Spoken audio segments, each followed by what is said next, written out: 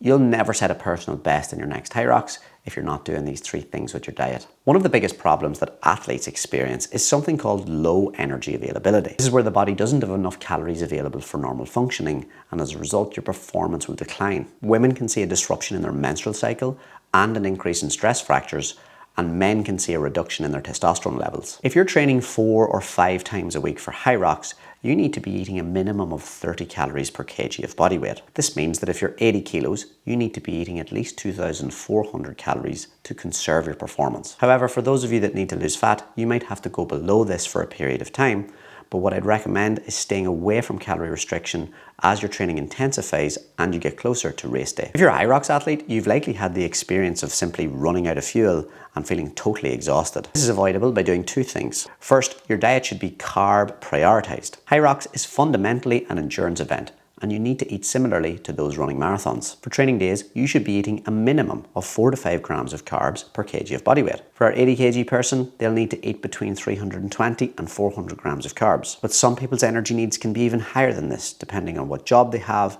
how much training volume they're doing, and the intensity of that training. Second, you should be timing your carbs appropriately around training, and you can use the Triage carb timing chart as shown here. Now, although I said Hyrox is primarily an endurance event, there is still an emphasis on strength. Because of this, you'll have higher protein demands than someone that is purely an endurance athlete. We recommend between 1.6 to 2 grams of protein per kg of body weight for all our Hyrox athletes. Again, for our 80 kg person, this would be between 128 grams and 160 grams of protein.